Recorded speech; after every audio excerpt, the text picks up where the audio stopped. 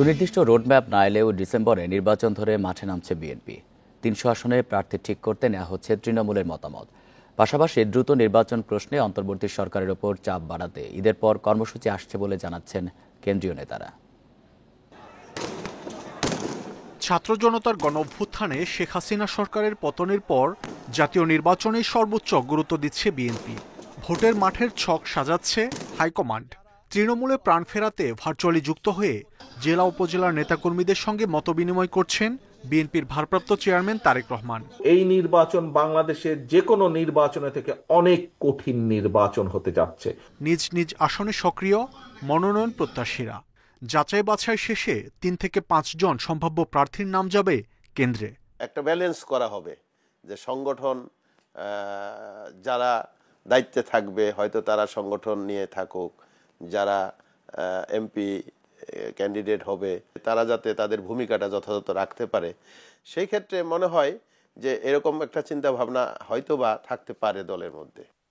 কেন্দ্রীয় নেতারা বলছেন, মনোনয়নের ক্ষেত্রে এক নেতার এক পদ বিষয়টি মাথায় রাখা হবে। প্রাধান্য পাবেন বিগত দিনে আন্দোলন সংগ্রামে রাজপথে থাকা নেতারা। বিএনপির একটা আসন ৪ জন করে প্রার্থী প্রস্তুত আছে যারা ইকুয়ালি স্ট্রং। এক নেতা এক পদেই থাকা উচিত এবং তাকে চয়েস দেওয়া হয়েছে যে আপনি কোন পদে থাকেন, তার পছন্দ মতটা তিনি বেছে নেন। আরেকটি পদ তার সহকর্মীর জন্য ছেড়ে দেওয়াই বাঞ্ছনীয়। দেশের মানুষ ভোটের অপেক্ষায় আছে উল্লেখ করে দ্রুত নির্বাচন আদায়ই বিএনপির প্রধান লক্ষ্য বলেও জানাচ্ছেন নেতারা। সরকার যদি এরই মধ্যে দিন তারিখ ঘোষণা না করে আমরা জনগণকে সঙ্গে নিয়ে এই দাবিতে আমরা আবার মাঠে যাব। তবে মাঠে গিয়ে কী প্রকার কী পদ্ধতির আন্দোলন হবে সেটা এখনও আমরা ঘোষণা করিনি। আমরা ঘোষণা করব পরিস্থিতির উপরে নির্ভর করে। দ্রুত নির্বাচন আদায়ে সমমনা রাজনৈতিক দলগুলোকেও পাশে চাইছে বিএনপি। প্রায় ২০ বছর ক্ষমতার বাইরে থাকা বিএনপির নেতাদের দাবি, রাজনৈতিক পট পরিবর্তন হলেও দেশে এখনো পুরোপুরি গণতন্ত্র ফিরে আসেনি। তাই মানুষের ভোটাধিকার ও গণতন্ত্র ফিরিয়ে আনতে দ্রুত অবাধ ও নিরপেক্ষ ভোটের প্রয়োজন। মাহমুদ শরীফ, ইন্ডিপেন্ডেন্ট নিউজ, গুলশান, ঢাকা। দলের স্থায়ী কমিটি সহ কেন্দ্রীয় এবং সহযোগী সংগঠনের নেতাদের সঙ্গে ভার্চুয়ালি ঈদের শুভেচ্ছা বিনিময় করেছেন বিএনপি চেয়ারপারসন বেগম খালেদা জিয়া। সোমবার রাত ৯টায় গুলশানের চেয়ারপারসনের কার্যালয়ে লন্ডন থেকে ভার্চুয়ালি যুক্ত হয়ে দলের বিভিন্ন স্তরের নেতাদের শুভেচ্ছা জানান তিনি। লন্ডন থেকে বিএনপি চেয়ারপারসনের সঙ্গে ছিলেন দলের ভারপ্রাপ্ত চেয়ারম্যান তারেক রহমানও। শুভেচ্ছা বিনিময় অনুষ্ঠানে দলের মহাসচিব মির্জা ফখরুল ইসলাম আলমগীর সহ কেন্দ্রীয় ও সহযোগী সংগঠনের নেতারা উপস্থিত ছিলেন। বিএনপি মহাসচিব মির্জা ফখরুল ইসলাম আলমগীর নেতাদের পক্ষ থেকে দলের চেয়ারপারসনকে শুভেচ্ছা জানান। পরে আশু আরোগ্য কামনায় বিশেষ মোনাজাতে অংশ নেন চেয়ারপারসন। গত ৮ জানুয়ারি উন্নত চিকিৎসার জন্য লন্ডন যান খালেদা জিয়া। লন্ডনে ছেলের বাসায় পরিবারের সদস্যদের সঙ্গে ঈদ উল ফিতর উদযাপন করেন তিনি।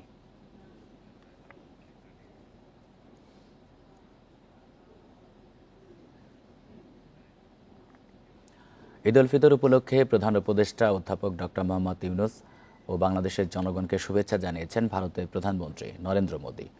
সোমবার প্রধান উপদেষ্টার দপ্তরের ফেসবুক পেজে মোদির পাঠানো বার্তাটি প্রকাশ করা হয়। শুভেচ্ছা বার্তায় মোদি বলেন, ভারতের ২০ কোটি মুসলমান সারা বিশ্বের মুসলিম সম্প্রদায়ের সঙ্গে রোজা পালন ও প্রার্থনায় অংশ নিয়েছেন। ঈদ উল ফিতর শুধু আনন্দের নয়, এটি আত্মোপলব্ধি, কৃতজ্ঞতা ও সংহতির প্রতীক। এই উৎসব উদারতা ও ভ্রাতৃত্ববোধের শিক্ষা দেয়, যা জাতি ও বিশ্ব সম্প্রদায়ের সদস্য হিসাবে মানুষকে আরও ঘনিষ্ঠ করে। শুভেচ্ছা বার্তায় মোদি বিশ্বজুড়ে শান্তি, সম্প্রীতি, সুস্বাস্থ্য ও সমৃদ্ধি কামনা করেন এবং বাংলাদেশ ভারতের বন্ধুত্ব আরও দৃঢ় হওয়ার আশাবাদ ব্যক্ত করেন।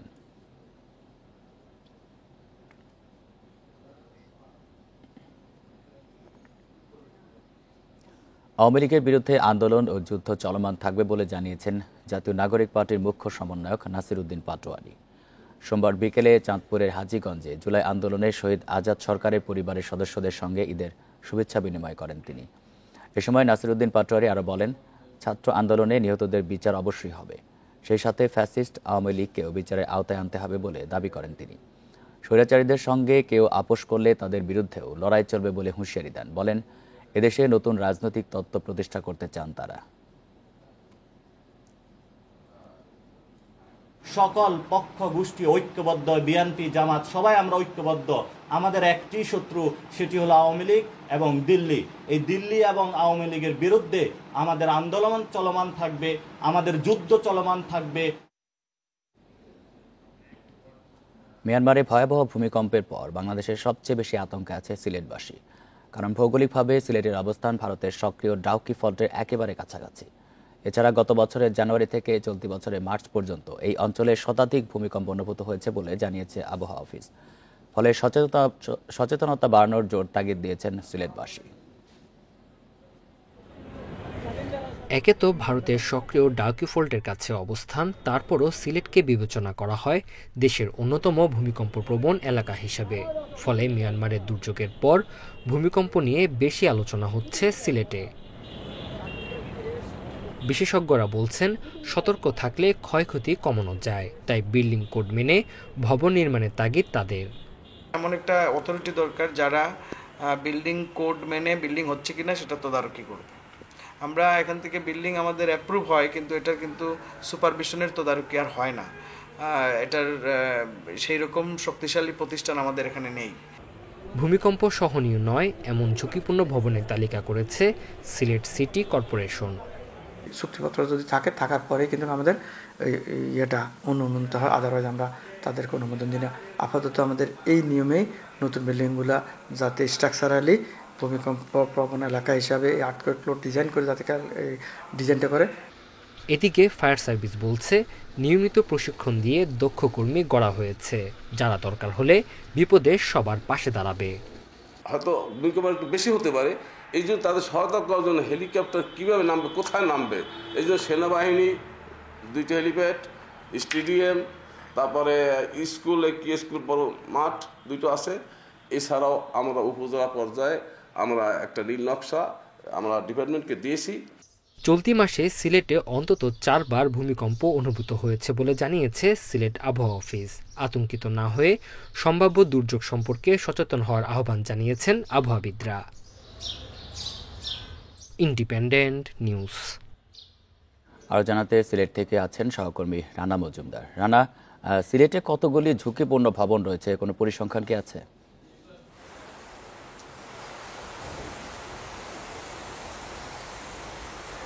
দেখুন, আসলে সিলেটে আপনি জানেন যে প্রায় কিন্তু ভূমিকম্প হচ্ছে, এবং যে প্রশ্নটি করেছেন সিলেট সিটি কর্পোরেশন আমাদেরকে যে তথ্যটি দিয়েছে সেটি হলো যে সিলেটে কিন্তু 25 থেকে 30টির মতো ঝুঁকিপূর্ণ ভবন সেগুলো কিন্তু চিহ্নিত করা হয়েছে, এবং সেগুলোর ব্যাপারেও আসলে সিটি কর্পোরেশন পদক্ষেপ নেওয়ার চেষ্টা করছে। সিটি কর্পোরেশনের যারা দায়িত্বশীল কর্মকর্তারা যারা রয়েছেন, বিশেষ করে প্রধান প্রকৌশলী, তার সঙ্গে আমাদের কথা হয়েছে। তিনি যে বিষয়টি জানিয়েছেন, মূলত শাহজালাল বিজ্ঞান ও প্রযুক্তি বিশ্ববিদ্যালয়ের যারা শিক্ষক রয়েছেন সংশ্লিষ্ট বিভাগের, তাদেরকে নিয়ে পাশাপাশি সিটি কর্পোরেশনের যারা ইঞ্জিনিয়ার রয়েছেন তাদেরকে সাথে নিয়ে কিন্তু সিলেটের বেশ কিছু ভবন, মূলত তিনি জানিয়েছেন যে 25 থেকে 30টি ভবন কিন্তু সেগুলো কিন্তু শনাক্ত করা হয়েছে যেগুলো ভূমিকম্পের ঝুঁকিতে রয়েছে, এবং সেই ভবনগুলোকে প্রায়ই কিন্তু তারা নোটিশ দিয়ে থাকেন। তবে তারা যে বিষয়টি জানিয়েছেন যে আসলে ভবনের যারা মালিক রয়েছেন এক্ষেত্রে কিন্তু তাদের সদিচ্ছা কিংবা তাদের আন্তরিকতা এই জিনিসটির কিন্তু অভাব রয়েছে। তো সেক্ষেত্রে সিটি কর্পোরেশনের কর্তৃপক্ষ বলছে যে আসলে তারা আরও পরবর্তীতে কঠোর ভূমিকা রাখবেন, এটি একটি বিষয়। দ্বিতীয় বিষয়টি হচ্ছে যে আপনি জানেন যে সিলেট অত্যন্ত ভূমিকম্প প্রবণ একটি অঞ্চল, পাশাপাশি সিলেটের পাশেই রয়েছে ডাউকি ফল্ট ভারতের। তো সেই জায়গা থেকে সিলেটে প্রায়ই কিন্তু আসলে ভূমিকম্প অনুভূত হয়। তো সেক্ষেত্রে আসলে সিলেটের যারা নগরবাসী রয়েছেন তারা কিন্তু অনেকটাই আতঙ্কের মধ্যে থাকেন যে আসলে কখন বড় একটি ভূমিকম্প হতে পারে, এবং এই বিষয়টি নিয়ে যারা নগর বিশেষজ্ঞ রয়েছেন কিংবা যারা স্থপতি যারা রয়েছেন, নগরবিদ যারা রয়েছেন, তাদের সঙ্গে আমরা কথা বলেছিলাম। তারা যে বিষয়টি জানিয়েছেন যে আসলে এই যে ছোট ছোট ভূমিকম্প যেগুলো হচ্ছে সিলেটে, এগুলো কিন্তু পরবর্তী সময়ে বড় যে ভূমিকম্প সেটিরই কিন্তু এক ধরনের লক্ষণ। তো সেক্ষেত্রে যারা নগরবিদ তারা কিন্তু আসলে কিংবা যারা স্থাপত্যবিদ যারা রয়েছেন তারা বলছেন যে বিল্ডিং কোড নির্মাণের যে আসলে নীতিমালা রয়েছে বিল্ডিং নির্মাণের, সেটি যেন আসলে ভালোভাবে মেনে চলা হয়, এবং সিটি কর্পোরেশন কিংবা তদারকিকারী যে প্রতিষ্ঠানগুলো রয়েছে তারা হচ্ছে এটি যেন সঠিকভাবে খেয়াল করে তদারকি করে, তাহলে হয়তো ভূমিকম্প হলেও এক ধরনের ক্ষয়ক্ষতি হয়তো কমানো সম্ভব হবে। এক্ষেত্রে নাগরিক সচেতনতা প্রয়োজন। রানা মজুমদার, আপনাকে ধন্যবাদ। সিলেট থেকে জানাচ্ছিলেন সহকর্মী রানা মজুমদার। এবার এ নিয়ে আলোচনা করতে রাজধানীর উত্তরা থেকে আমাদের সঙ্গে যোগ দিচ্ছেন ফায়ার সার্ভিসের সাবেক পরিচালক একেএম শাকিল নেওয়াজ। জনাব শাকিল নেওয়াজ, আপনাকে স্বাগত জানাচ্ছি ইন্ডিপেন্ডেন্ট সংবাদে। শুরুতেই জানতে চাই যে বাংলাদেশ ভূমিকম্পের ঝুঁকিতে আছে এমনটি সবসময় বলা হচ্ছে, কিন্তু কোনো শহরে বড় ভূমিকম্প আঘাত হানলে আমাদের উদ্ধার কাজের সরঞ্জাম বা প্রস্তুতি কতখানি আছে? ধন্যবাদ আমাকে আমন্ত্রণ জানানোর জন্য। আমি একটু সিলেট সম্পর্কে, যেহেতু সিলেট সম্পর্কে এখানে আলোচনা আসছে, আর আমার পড়ালেখা কিন্তু ভূমিকম্প নিয়ে, আমি মাস্টার্স ডিগ্রি করেছি এবং আমি ইউনিভার্সিটিতে ভূমিকম্প নিয়েই আমি পড়ালেখা করাই। সেটা হলো যে ডাউকি ফল্টটা আপনি বুঝতে হবে, ডাউকি ফল্টটা ওটা রিভার্স ফল্ট। সেটা হলো যে শিলং, যে উঁচু যে শিলং মেসিভ যেটা বলে থাকি ফ্লেক, সেটা কিন্তু আপনার হলো হ্যাঙ্গিং ওয়াল, আর আমাদের বেঙ্গল বেসিন যেটা নিচের দিকে পড়ে গিয়েছে, ঠিক আছে, এটা রিভার্স ফল্ট। এখানে কিন্তু আপনার 1897-এ কিন্তু 8.3 রিক্টার স্কেলে কিন্তু ভূমিকম্প হয়েছে। এবং আরেকটা যে ফল্ট আছে যেটা সিলেট আসাম শ্রীমঙ্গলেও কিন্তু আমাদের একটা ভূমিকম্প হয়েছিল 1918-এ, যেটা হলো 7.6। তো সব পরিসরেই কিন্তু সিলেট একটা ঝুঁকিপূর্ণ অবস্থা রয়েছে। এবং রিসেন্ট যেটা স্যাগিং, যেটা আর্থকোয়েক হলো ফল্টে, যেটা মায়ানমারে, সেটা কিন্তু স্ট্রেচ কিন্তু এদিকে আসছে, সেটাও কিন্তু এখানে কিন্তু প্রচুর পরিমাণে কিন্তু আপনার হয়েছে, প্রেশার ডেভেলপ করেছে। তো নট অনলি সিলেট, এটা কিন্তু চিরং অঞ্চলেও কিন্তু এটা ডেভেলপ করেছে প্রেশারটা। তো অদূর ভবিষ্যতে ভূমিকম্প হতে পারে। বাংলাদেশে ভূমিকম্প না হলে পরে আশেপাশে যদি হয়, ভেরি ক্লোজ বাউন্ডারিতে হয়, সেটার ইফেক্ট কিন্তু আপনার সিলেট বা ঢাকা বা চিরং এই অঞ্চলে কিন্তু থাকবে। তো আপনি যেটা বলেন ফায়ার সার্ভিস, দেখেন এটা কিন্তু রিডিকুলাস, ফায়ার সার্ভিস কিছুই করতে পারবে না। আমি ফায়ার সার্ভিসে 7 বছর ছিলাম, আমি ফায়ার সার্ভিসের কিছুই করতে পারবো না, কারণ এই ভূমিকম্প হলে মেসিভ যে ডিস্ট্রাকশন হবে, ফায়ার সার্ভিস তার স্টেশন থেকে মুভ করতে পারবে, ফায়ার সার্ভিসের জনবলই নাই, আর যে ইকুইপমেন্ট আছে এগুলো দেওয়া সম্ভব না।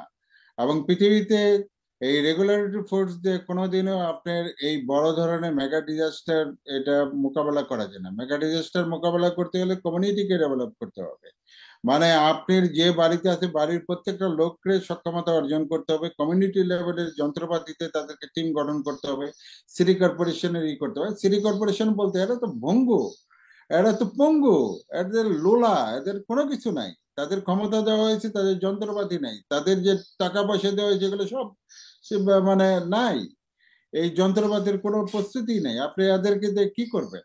আপনি এই সমস্ত বড় বড় কথা না বলে, আমি মনে করবো ফায়ার সার্ভিস তো আছেই, ফায়ার সার্ভিস অক্সিলারি হিসেবে কাজ করছে, সেটা লাস্ট ইয়েতে যাবে, বাট প্রথমে যে রেসপন্সটা করবে সেটা হলো কমিউনিটি পিপল। তাদেরকে করেন, আপনি আজকেই নামেন, তাদেরকে প্রশিক্ষণ দেন। শুধু বক্তব্য দিয়ে যাচ্ছি, গত 14 বছর ধরে এই বক্তব্য দিয়ে যাচ্ছি, কিন্তু কমিউনিটির কোনো ডেভেলপমেন্ট হয় নাই। ফায়ার সার্ভিস বলে ভলেন্টিয়ার, এই ভলেন্টিয়ার খুঁজে পাওয়া যাবে না। আজকে দেখেন এখানে 20,000 30,000 ভলেন্টিয়ার তৈরি করা হয়েছে, এখানে আপনি 1,000 ভলেন্টিয়ারও আপনি পাবেন, তো এগুলো বুলশিট। তো বাড়ির যে লোকগুলো আছে, এলাকার যে লোক আছে, এদেরকে আপনি ডেভেলপ করতে পারেন। আমি আই সাইড দি এক্সাম্পল, আমি জাপানে, তারপর সিঙ্গাপুর, মালয়েশিয়াতে এগুলোর সাথে ওতপ্রোতভাবে এবং ইনসারাগের সাথে ওতপ্রোতভাবে জড়িত আমি ছিলাম। তো তারা হলো, জাপানে হলো ভূমিকম্পের 90% বা যে কোনো ডিজাস্টারের 90% রেস্কিউ অপারেশন জাপানের কমিউনিটি পিপল করে। তো আমাদের তো, এবং আপনি দেখেন রানা প্লাজা। জি জনাব শাকিল নেওয়াজ, আপনি বেশ কিছু গুরুত্বপূর্ণ পরামর্শ দিয়েছেন, নিশ্চয়ই কর্তৃপক্ষ এই বিষয়ে নজর দিবে। আপনাকে অসংখ্য ধন্যবাদ দিচ্ছি এতক্ষণ আমাদের সাথে কথা বলার জন্য। নরসিংদীর পলাশে চোর সন্দেহে একজনকে গণপিটুনির প্রতিবাদের জেরে 2 ভাইকে হত্যার ঘটনা ঘটেছে। সোমবার রাত 8টার দিকে উপজেলার ফাগদি এলাকায় এই ঘটনা ঘটে। নিহত 2 ভাই সাকিব মিয়া ও রাকিব মিয়া পলাশ উপজেলার করতেতুল গ্রামের বাসিন্দা। পুলিশ ও স্থানীয়রা জানায়, সোমবার সকালে চোর সন্দেহে করতেতুল এলাকার হিমেল নামের একজনকে পিটুনি দেয় পার্শ্ববর্তী ফাগদি এলাকার কিছু লোক। সন্ধ্যার পর হিমেলকে চুরির অপবাদে পিটুনির ঘটনায় প্রতিবাদ জানাতে ফাগদি এলাকায় যান রাকিব ও সাকিব সহ কয়েকজন। এ সময় সেখানে কথা কাটাকাটি ও পরে দুপক্ষের লোকজনের মধ্যে মারামারি হয়। এক পর্যায়ে পিটিয়ে ও কুপিয়ে আহত করা হয় সাকিব ও রাকিবকে। গুরুতর অবস্থায় উদ্ধার করে হাসপাতালে নেওয়ার পথে মৃত্যু হয় তাদের। এই ঘটনায় 2 গ্রামেই উত্তেজনা বিরাজ করছে। সতর্ক অবস্থানে থাকার কথা জানিয়েছে পুলিশ।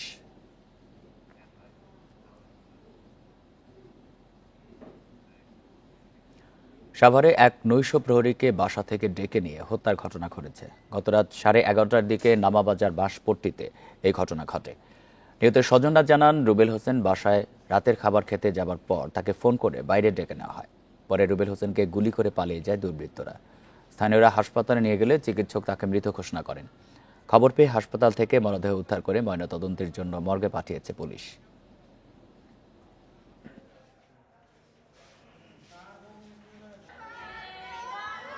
ফোন দিল, আমারে আতর ভাই ওই জায়গায় ডাকতেছে, তুমি ভাত বারো, আমি আইতাছি। আমি চুলা থেকে তরকারিটা গরম করে কেবল আমার ঘরে নিয়ে রাখছি, অমে হুনে চিল্লাচিল্লির আওয়াজ, আমার গোল যাই তো কামড় দিছে। আমি দৌড়ে গেছি মুক্তার মামার বাড়ির সামনে, দেই পোলা পানি ওরা শিক্ষার পাতা যে রুবেল নাই, রুবেল গুলি করছে। জীবনের কোনো লক্ষণ আমরা পাইনি, আমার সাথে সাথে সেটা কনফার্ম করেছি এবং একই সাথে তার কিছু আঘাতের চিহ্ন ছিল এবং সেই আঘাতগুলো ভৌত আঘাতে দেখা যাচ্ছিল। এরকম বুলেটের ইনজুরি যেরকম সেরকম এন্টিবায়োটিক যেরকম সুন্দর করে বোঝা যাচ্ছে না। যশোরে বাজি ফোটানোকে কেন্দ্র করে সংঘর্ষের সময় ছুরিকাঘাতে অনিক হোসেন নামে এক তরুণ নিহত হয়েছেন। এই ঘটনায় আহত হন অন্তত 4 জন। সোমবার রাতে শহরতলি পাগলাদাহ এলাকায় এই ঘটনা ঘটে। পুলিশ জানায়, সোমবার সন্ধ্যায় পাগলাদাহ এলাকায় বাজি ফোটাচ্ছিল শিশুরা। এ সময় এক শিশুর শরীরে বাজি পড়াকে কেন্দ্র করে বিবাদে জড়ায় দুই পক্ষ। এ সময় ধাওয়া, পাল্টা ধাওয়া ও সংঘর্ষে 5 জন আহত হয়। পরে আহতদের উদ্ধার করে যশোর জেনারেল হাসপাতালে নেওয়ার পর চিকিৎসাধীন অবস্থায় মৃত্যু হয় অনিকের। আহতদের মধ্যে 3 জনকে যশোর সদর হাসপাতালে ও 1 জনকে ঢাকায় পাঠানো হয়েছে। ঘটনার সাথে জড়িতদের ধরতে অভিযান চলছে বলে জানিয়েছে পুলিশ।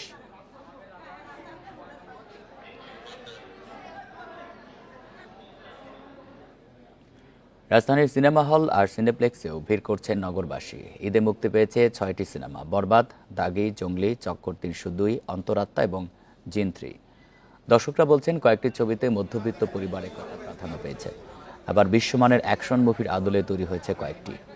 সিনেপ্লেক্সগুলোতে বিকেল থেকে ভিড় দেখা গেছে। সিনেমার প্রচারে তারকারা বিভিন্ন হলে যান। এ সময় দর্শকদের মাঝে বাড়তি উন্মাদনা তৈরি হয়। এবার মেহেদী হাসান হৃদয়ের বরবাদ দর্শকদের নজর কেড়েছে। এছাড়া গত বছর থেকেই আলোচনায় ছিল এম রাহিমের জঙ্গলি। বাংলা সিনেমা তো জেগে উঠছে, তাই না? একেবারেই তো মরে গিয়েছিল, এখন জেগে উঠছে। খুব ভালো ভালো সিনেমা আসছে এবং চরিত্রগুলো খুব ভালো। মেইন জিনিসটা যেটা ভালো লাগছে সেটা হলো স্টোরি লাইন। স্টোরিটা এতই ভালো ছিল যে মানে ওরা আমাদের একদম আকর্ষিত করে রেখেছিল। সব মিক্স করে অ্যাকশন, তারপর সিনেমাটিক, রোমান্টিক, তারপর আপনার দুঃখ সব মিলে একটা আর কি মুভি তৈরি করেছে। এটা আসলে খুবই ভালো লাগছে। মসলিন কাপড়ের ইতিহাস ছোঁয়ার আশা গবেষকদের। ইতিহাস ঘেঁটে দেখা যায়, সর্বোচ্চ 800 কাউন্ট মিহি সুতা দিয়ে মসলিন কাপড় তৈরি করা হয়েছে। আর এদেশের গবেষকেরা পৌঁছেছেন 756 কাউন্ট পর্যন্ত। আরেকটু চেষ্টা করলেই ফিরে আসবে মসলিনের শীর্ষ গৌরব, দাবি গবেষকদের। ইউরোপের শিল্প বিপ্লব টেক্সটাইল শিল্পে যন্ত্রের ব্যবহার ও ব্রিটিশদের নিপীড়নের কারণে 1800 শতকে হারিয়ে যায় মসলিন শিল্প। তখন তাঁতিরা বাধ্য হয়ে অন্য কাজে নিয়োজিত হয়। 2014 সালে তাঁত বোর্ড ও একদল গবেষক মসলিন ফিরিয়ে আনতে কাজ শুরু করে। প্রথমে খোঁজা হয় হারিয়ে যাওয়া ফুটি কার্পাস তুলার মিহি সুতা। না পেয়ে ফুটি কার্পাস তুলা সংগ্রহ করে তৈরি হয় 300 কাউন্টের সুতা। সেই সুতা ভারত ও যুক্তরাজ্যের জাদুঘর থেকে 100 বছরের পুরনো মসলিন কাপড়ের সুতার ডিএনএর সাথে মেলানো হয়। তারপর বোনা হয় মসলিন কাপড়। বলা হয়ে থাকে, মসলিন তৈরির ফুটি কার্পাসের তুলা খুবই দুষ্প্রাপ্য জাতের একটি তুলো। কিন্তু গবেষকরা তাদের অনুসন্ধানে দেখেছে, গাজীপুর সহ দেশের নানা জায়গায় আনাচে কানাচে পরিত্যক্তভাবে এই তুলা ফুটে থাকতে, কিন্তু কেউ তাদের চেনে না। 2020 সালে জিআই সত্ত্বের অনুমোদন পায় ঢাকাই মসলিন। 2022 সালে ঢাকাই মসলিনের পুনরুজ্জীবন ঘোষণা করা হয়। সমস্ত ঐতিহাসিক ডকুমেন্টে বলছে কাপাসিয়া হচ্ছে মেজর সেন্টার ছিল মসলিনের এই ফুটি কার্পাসের। আর বোটানিস্ট হিসেবে আমার আইডিয়া যে যেহেতু এটা কোনো সায়েন্টিস্ট করেনি, তাইলে এটা বন জঙ্গলেই হতো। সেখানেই থেমে থাকেননি গবেষকরা। প্রথমে 300 থেকে 500, পরে 500 থেকে 756 কাউন্টের মিহি সুতা বের করে মসলিন তৈরি করেন। প্রায় 6 বছর ধরে এই কাজটা করতে হয়েছে এবং এটা সুতা তুলার গাছ আবিষ্কার করা থেকে সুতা কাটা, এই 300 কাউন্টের সুতা বানাতেই ট্রেনিং দিতেই 2 বছর লেগেছে। তারপরে এখন আস্তে আস্তে এটা 500 কাউন্ট, 56 কাউন্ট পর্যন্ত আসছে। হিউম্যান হিস্ট্রিতে বলা হয় 800 কাউন্ট হচ্ছে হাইয়েস্ট কাউন্টের সুতা ছিল। ইভেন এটা হয়তো ছাড়াও দিতে পারে এরকম সুতাও। ইতিহাসে সবচেয়ে মিহি 800 কাউন্টের সুতায় বোনা মুসলিনের খোঁজ পাওয়া যায়। গবেষকদের আশা শিগগিরই সেই ইতিহাস ছুঁয়ে ফেলবেন তারা। রিশাদ হুদা, ইন্ডিপেন্ডেন্ট নিউজ, ঢাকা। এই ছিল এখনকার সংবাদে। ধন্যবাদ সবাইকে।